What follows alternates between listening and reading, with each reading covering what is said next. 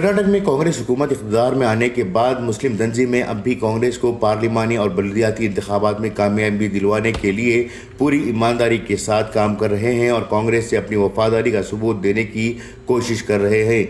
आने वाले पार्लिमानी इंतखाबात से कबल जहां कुछ सियासी पार्टियां खामोश बैठी हुई है, वहीं कुछ मुस्लिम तंजीमें और शख्सियात अभी से दिन रात कांग्रेस को जिताने के लिए मेहनत कर रहे हैं। इसके लिए इलाकाई सतह पर जाबजा नशिस्तों का अहतमाम किया जा रहा है, जिसमें आने वाले बल्दियाती इंतखाबात में किसे उम्मीदवार बनाना है, किसे नहीं बनाना है, कौन किस इलाके से इलेक्शन लड़ेगा, कौन से उम्मीदवार को न्यूट्रल करना है, ये सब मनसूबाबंदी अभी मुसलमानों के दरमियान चल रही है। मानो कि इन फैसलों से ही मुल्क की तकदीर बदलने वाली है और मुसलमानों की नसीब फिरने वाला है और बीजेपी को हराने का टोकरा अभी से मुसलमानों ने अपने सर पर ढो लिया है।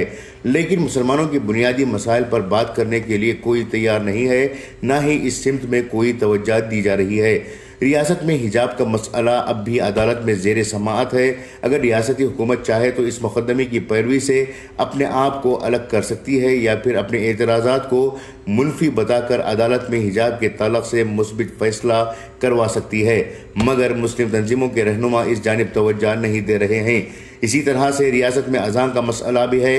बज़ाहिर कांग्रेस हुकूमत आने के बाद रियासत में लाउड स्पीकर पर फजर की अज़ान का कोई मसला नहीं है, लेकिन दस्तावेज़ात और क़ानून के मुताबिक लाउड स्पीकर पर फजर की अज़ान देना अब भी ममनू है।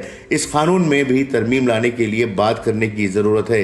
इलेक्शन से कबल बेंगलुरु के डीजे हल्डी और केजे हल्डी के जिन नौजवानों पर UAPA के तहत मुकदमा आयद किया गया था, उन नौजवानों की रिहाई का वादा कांग्रेस के उम्मीदवारों और हुक्मरानों ने किया था, लेकिन 6 माह गुजरने के बाद भी इन नौजवानों की रिहाई की कोई उम्मीद दिखाई नहीं दे रही है। इसी तरह से हुबली और शिमोगा के मुस्लिम नौजवानों की बड़ी तादाद UAPA कानून के तहत जेलों में बंद है। इस पर सवाल उठाने के लिए अब तक कोई नशिस्त मुस्लिम तंजीमों व इदारों की जानिब से नहीं हुई, न ही हुक्मरानों से इस ताल्लुक़ से बात की गई है। रिजर्वेशन का मसला भी रियासत में उलझा हुआ है। मुसलमानों को दिए गए रिजर्वेशन के ताल्लुक़ से अब भी शफाफियत नहीं है। इस मामले पर भी रियासती हुकूमत ने गौर नहीं किया है, ना ही मुसलमानों के कायदीन हुकूमत को गौर करने के लिए दबाव डाल रहे हैं।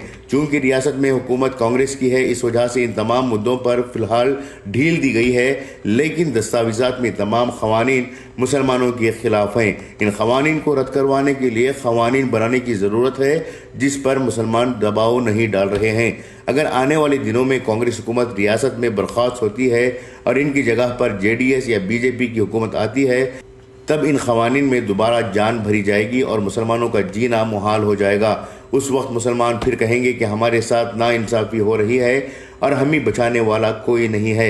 ओहदे दिलवाना, उम्मीदवार बनाना, वोटर ID कार्ड बनाने की फ़िक्र छोड़कर समाजी मसाइल को हल करने के लिए मुस्लिम तंजीमें, जमातें और इदारे फौरी तौर पर काम करें, तब जाकर तंजीमों व इदारों का मकसद पूरा होगा। ब्यूरो रिपोर्ट, इनकलाब न्यूज़, शिमोगा।